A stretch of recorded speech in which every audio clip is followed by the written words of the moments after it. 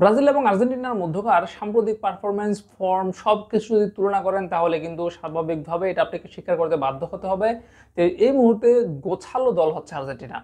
Brazil এবং আর্জেন্টিনার মধ্যে অবশ্যই গোছালো দল আর্জেন্টিনা। যেমনটা পূর্বে একটা ভিডিওতে আলোচনা করেছিলাম যে ব্রাজিল যদি জিতে তাহলে ইন্ডিভিজুয়াল পারফরমেন্সের উপর ভিত্তি করে জিতে।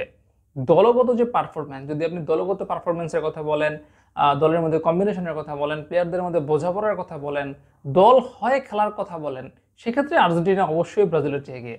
কিন্তু ব্রাজিল জিতলে ইন্ডিভিজুয়াল পারফরমেন্স। তবে ব্রাজিল এবং আর্জেন্টিনার বিপক্ষে মধ্যকার এই ম্যাচের পূর্বে আসলে ব্রাজিলের ফুটবলাররা আর্জেন্টিনাকে রীতিমতো হুমকি দিচ্ছে।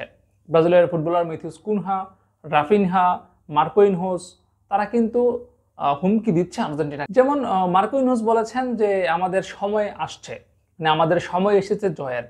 মেথিউস কুনহা বলেছেন আমি তাদের বিপক্ষে বরাবরই ভালো খেলি। বেনতো বলেছেন আমরা ব্রাজিল এবং আমরা অবশ্যই সেখানে জয়ের জন্য যাব। এবং রাফিনহা বলেছেন যে আমরা আর্জেন্টিনাকে হারাবো এবং আমি আর্জেন্টিনার বিপক্ষে গোল করবো। মানে সবার কথার মধ্যে রাফিনহাই একটু জোর দিয়ে বলেছেন, মানে একেবারে সরাসরি আঘাত বলা যায় যে আমরা আর্জেন্টিনার বিপক্ষে খেলতে যাবো, আর্জেন্টিনার বিপক্ষে জিতবো এবং আমি সেখানে গোল করব। এমনিতেই ব্রাজিল এবং আর্জেন্টিনার ম্যাচ মানে উত্তেজনা, সেখানে এবার উত্তেজনা বাড়িয়ে দিচ্ছে ব্রাজিলের প্লেয়াররা।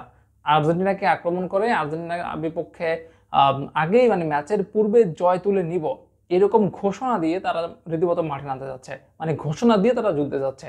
এখন যদি তারা জিতে তাহলে তো কথাই নাই, আর যদি হারে তাহলে কিন্তু খবর আছে।